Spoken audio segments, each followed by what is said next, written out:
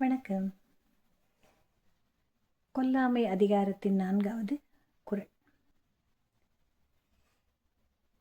இந்த குறள் எல்லாமே நமக்கு சீரிய ஒழுக்க பண்புகளை மேற்கொள்ளுவதை வலியுறுத்தி காட்டுபவையாக அமைகின்றன.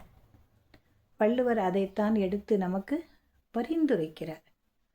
மக்களே, நீங்கள் நல்ல வழியில் அறவழியில் சென்றால் நீங்கள் சிறப்பான வாழ்க்கையை வாழுவீர்கள். ஆக உங்களால் இயன்ற அறச்செயல்களை நீங்கள் மேற்கொள்ளுங்கள், மேற்கொள்ள முயற்சி செய்யுங்கள், முயன்று வெற்றி பெறுங்கள்.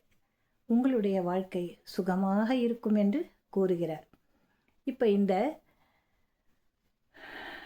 4வது குறள் என்ன சொல்லுதுன்னு பார்ப்போம்.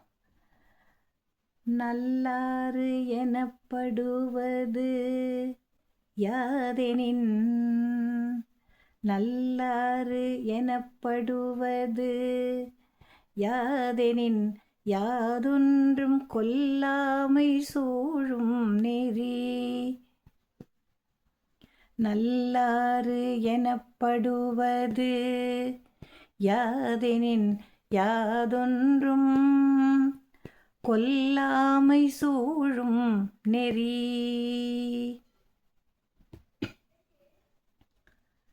நல்ல வழி. நல்ல வழி என்றால் பாதைன்னு நினச்சிக்க கூடாது, போகிற வழி, தடம், அப்படி இல்லை. வாழ்க்கையில் நாம் மேற்கொள்ள வேண்டிய சிறந்த வழி, பண்பு. அது என்ன?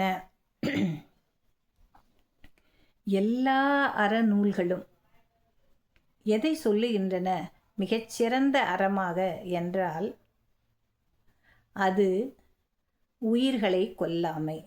எந்த காரணத்தை கொண்டும் மற்ற உயிர்களை நாம் கொல்லக்கூடாது என்று அனைத்து அறநெறி நூல்களும் நமக்கு வலியுறுத்தி காட்டுகின்றன.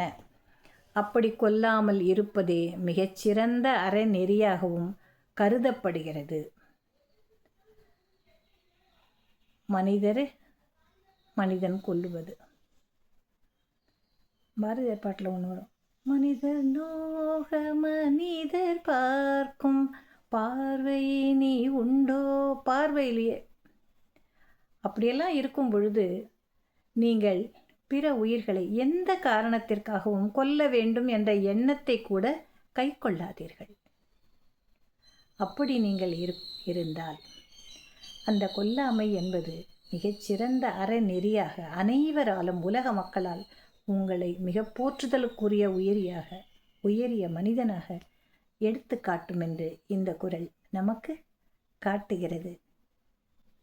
நாளை மீண்டும் சந்திப்போம்.